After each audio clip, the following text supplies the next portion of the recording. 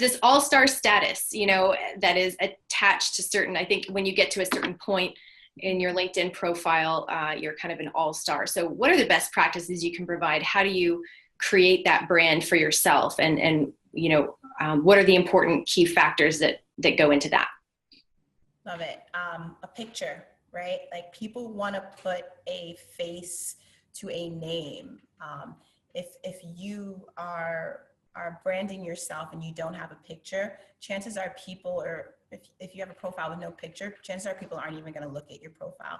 And believe it or not, I saw that a lot when I went to these events these past few weeks. People would say, you know, give me some tips for my LinkedIn profile.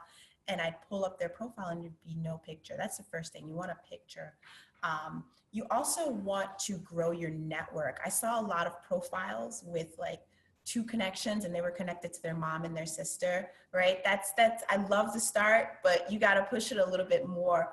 Who are the people that you went to school with? Who are your supervisors?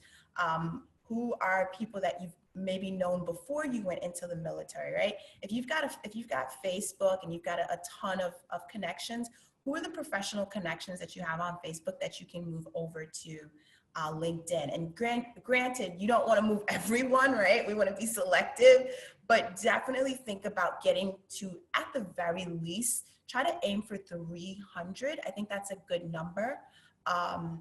Once you're there, you'll also start to notice your connection circle is going to open up a bit more, right? So you can run searches and see, who do I know that's in sales? Who do I know that's in New York? Who do I know that went to my college in sales in New York that I can reach out to? So definitely start to build your network.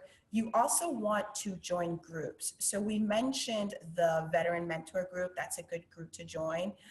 There are also software engineer groups that you can join. There are also HR groups that you can join. Think about the different roles that you want to go into. Go onto LinkedIn, search those groups that have a large number of people in them and join them, because recruiters actually go into groups to see who's a member of an HR group, and they'll target people because they know that this person has the skill if they're in this particular group. I would also say you want to make sure you are following the companies that you want to work for. So let's say you want to work at LinkedIn or you want to work at Amazon. You can actually search for these companies and become a follower.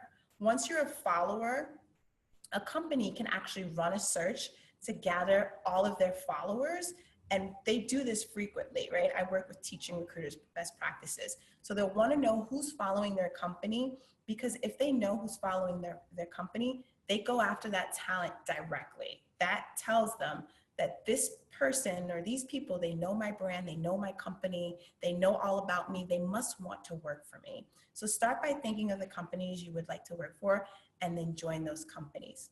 Another thing I would mention is be active on the tool, right? Be active on LinkedIn. We can run searches for people that are what I like to call more likely to respond.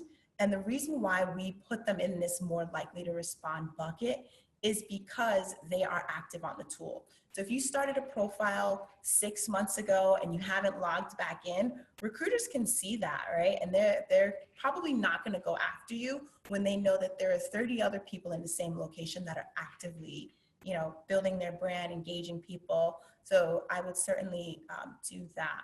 And I think those are my top tips.